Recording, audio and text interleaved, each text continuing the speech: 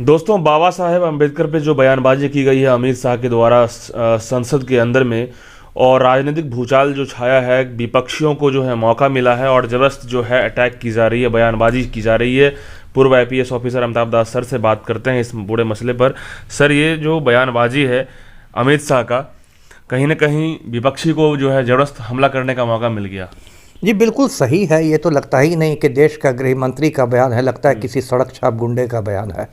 देखिए दर्शकों को मैंने बताऊं, अमित शाह ने जो संसद में कहा, भी उसका वीडियो बहुत वायरल हो रहा है, मेरे भी मोबाइल पर आया है। तड़ीपार ने कहा कि आजकल अम्बेडकर का नाम लेना फैशन हो गया है, लोग अम्बेडकर अम्बेडकर करते हैं, इतनी बार भगवान का नाम लेते तो 7 जन्मों के लिए स्वर्ग मिल जाता। देखिए बहुत ओछा बयान है। यदि अम्बेडकर अम्बेडकर लोग करते हैं तो क्या हर्ज है, लॉरेंस बिश्नोई का नाम लिया जाए अम्बेडकर का नाम छोड़ के। तो ये तो इसमें कई बातें पता चलती। एक तो पता चलता है कि अहंकार पता चलता है अमित शाह का। अमित शाह गृह मंत्री के रूप में तो टोटल फ्लॉप साबित हो गया है। 1.5 साल से मणिपुर में आग लगी हुई है, मणिपुर जल रहा है, एक बार अमित शाह झांकने नहीं गया है। इसी देश में कभी सरदार पटेल जैसे गृह मंत्री हुआ करते थे, लौह पुरुष हुआ करते थे, और आज देखिए देश की बदनसीबी की तड़ी पार बैठा हुआ है गृह मंत्री बन के। और इसका एक सूत्री कार्यक्रम है कि जो विपक्षी पार्टियों की सरकार बने राज्य में, उनको गिरा दो। ऑपरेशन लोटस, विधायकों को खरीदो 50 करोड़ में, 75 करोड़ में, उसी में ही चाणक्य बनते हैं ऑपरेशन लोटस में। और उसके बाद देखिए इसने अपने नालायक बेटा को, जय शाह को, क्रिकेट कंट्रोल बोर्ड की कमान थमा दी है ना। यही भाजपा वाले हैं, परिवारवाद के खिलाफ कितना बोलते हैं, लेकिन परिवारवाद का मतलब सिर्फ राहुल गांधी और तेजस्वी यादव नहीं होता है। यदि अमित शाह का नालायक बेटा, जिसने कभी बैट को हाथ भी नहीं लगाया, बॉल को हाथ भी नहीं लगाया, वो यदि क्रिकेट कंट्रोल बोर्ड पर कब्जा किए हुए है, तो ये परिवारवाद का ही उदाहरण है। पैसा बटोरता है पूरा उसमें। तब सो रिचेस्ट वो मतलब क्रिकेट बोर्ड है पूरा हिंदुस्तान, पूरी दुनिया का वही मैं कह रहा था। और देखिए क्या स्थिति है। अंबेडकर से ये लोग क्यों चिढ़ते हैं? क्योंकि ये जो लोग हैं बीजेपी वाले या आरएसएस वाले, वो इस देश में संविधान नष्ट करना चाहते हैं। वो इस देश को मनुस्मृति के अनुसार चलाना चाहते हैं, ऊंच नीच के अनुसार। और ये और सर, संविधान नष्ट करना तो कई सारे एविडेंस पे है। वो तो लो एंड फॉल्स कांग्रेस में भी दिखा बहुत सारी चीजें, विपक्षियों में भी बहुत सारी कमी है। लेकिन सर सवाल ये है कि आप अंबेडकर को इस तरीके से आप सदन में बोल रहे हैं, तो ये साफ दर्शा रहा है कि आप बड़े लीडर नहीं है और आपकी दलित विरोधी मानसिकता है। देखिए अंबेडकर कोई मामूली नेता नहीं थे, वो इतने बड़े विद्वान थे, उनके पास इतनी डिग्रियां थी जितनी लेने में अमित शाह को 7 जन्म लग जाएंगे, तब भी नहीं मिलेंगी।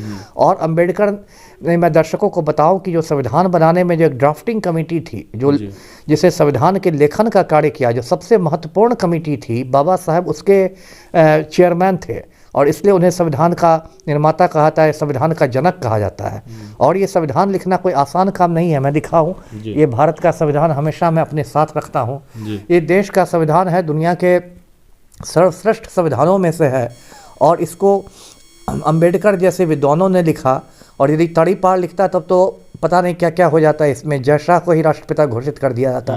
संविधान सभा के अध्यक्ष के रूप में जो है इन्होंने बिल्कुल महत्वपूर्ण भूमिका। तो इसलिए जो भी कहा है वो अमित शाह ने गलत किया है।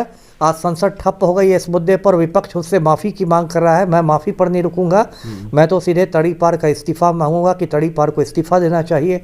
वो संविधान निर्माता का कैसे अपमान कर सकता है? क्या क्या असर पड़ेगा ऐसे नेताओं के नेता की जो बयानबाजी है, गृह मंत्रालय की जो बयानबाजी है, क्या फर्क पड़ेगा? देखिए ऐसे अगर आप देखिए, एक इसमें तब तो मतलब दलित वोट बैंक का बहुत नुकसान हो सकता है भाजपा को। 2 महीने बाद दिल्ली विधानसभा के चुनाव हैं, और उसमें भाजपा को दलित वोट बैंक का बहुत नुकसान हो सकता है। और अभी तो इसमें पूरे देश भर में नुकसान होगा। और आपके चैनल के माध्यम से बिहार के जो 2 बड़े दलित नेता बनते हैं, जीतन राम मांझी और चिराग पासवान, दोनों मोदी सरकार में कुर्सी से चिपके हुए हैं, मैं आपके चैनल के माध्यम से उनसे कहता हूँ कि जरा भी बाबा साहेब के लिए उनके हृदय में सम्मान है, तो वो दोनों अमित शाह के बयान के विरोध में इस्तीफा दे रहे हैं। वो तो बंद कमरे में बात करेंगे ना सर, कि काहे ऐसे बोल दिए। तो बंद कमरे में क्या बात है? कोई बॉबी फिल्म चल रही है, हम तुम एक कमरे में बंद हो और चाबी खो जाए। अरे आप नेता हैं, आप सार्वजनिक जीवन में हैं, तो आप इस्तीफा दीजिए। प्रेस कॉन्फ्रेंस बुलाए चिराग पासवान और जीतन राम मांझी के। हम लोग आज तक कोई इस्तीफा दिया है नहीं दिया है, तो इसलिए तो देश रसातल में जा रहा है कि आपकी नैतिकता शून्य हो गई है। खाली मांझी जी अपने बेटा, बहू, पोता, पड़पोता सबको विधायक और सांसद बना देंगे। चिराग पासवान बिहार फर्स्ट, बिहारी फर्स्ट, बहनोई फर्स्ट। तो पूरे मामला से तो यही लगता है कि जो भी राजनीतिक गेम कर रहा है सब नंगा है ही नंगा, इसलिए तो पूरे देश की ये खटिया खड़ी हो गई है। और देश का मतलब कहाँ ये आ गया है, देश मुझे समझ में आ नहीं आता, एक अंधेरी सुरंग से देश गुजर रहा है जी। सर, ये जिस तरीके से राहुल गांधी ने भी कहा है कि मनुस्मृति की बातें आती है, बीजेपी मनुवादी है, लेकिन यहाँ पे फिलहाल जो है मोदी जी का भी कोई रिएक्शन नहीं आ रहा है। देखिए, नरेंद्र मोदी और अमित शाह तो दोनों, क्या मैं कहूँ, एक थाली के चट्टे बट्टे। वो तो दोनों रंगा बिल्ला वाली स्थिति है ना, तो उनका रिएक्शन कहाँ से आएगा? वो तो आज से नहीं, जब मोदी मुख्यमंत्री थे गुजरात के, तो यही तड़ीपार मुख्य गृह मंत्री था गुजरात का, तभी मतलब प्यार का सिलसिला पुराना है, तो क्या बोलेंगे? इसलिए, और वो बोलेंगे भी तो वो कुछ लिपापोती करेंगे कि नहीं हमारे बयान को तोड़, देखिए घिसा पिटा एक लिपापोती होती राजनीति में, हमारे बयान को तोड़ मड़ोड़ कर पेश किया गया। ऐसा लगता है कि मेरा काम ही, कुछ लोग तो ये भी कहते हैं कि राजनीति में सब चलता रहता है, ये सब तो हाँ, तो चलता रहता है, तो राजनीति में आपको उसकी कीमत भी चुकानी पड़ती है, जैसे है ना। राजनीति में आप कूड़ेदान में भी फेंक दिए जाते हैं बहुत लोग। स्मृति ईरानी आजकल कहाँ है, कुछ पता चल रहा है कि नहीं पता चल रहा है? कहानी खत्म है, कहानी किस्सा खत्म, पैसा हजम। एक समय तो सोनिया गांधी को डांटती थी, अब बाद में सोनिया परिवार के किशोरी लाल शर्मा ने उठा के पटक दिया। तो राजनीति में अहंकार की आप कीमत भी चुकाते हैं, ऐसा थोड़ा कि राजनीति में आ गए तो एकदम बहुत बड़ी क्षति हो सकती है, इस बहुत बड़ी क्षति होगी जी। चलिए दोस्तों, देखिए पूर्व IPS अमिताभ दास सर ने कहा कि बहुत बड़ी क्षति होगी, जिस तरीके से ये बयानबाजी किए हैं।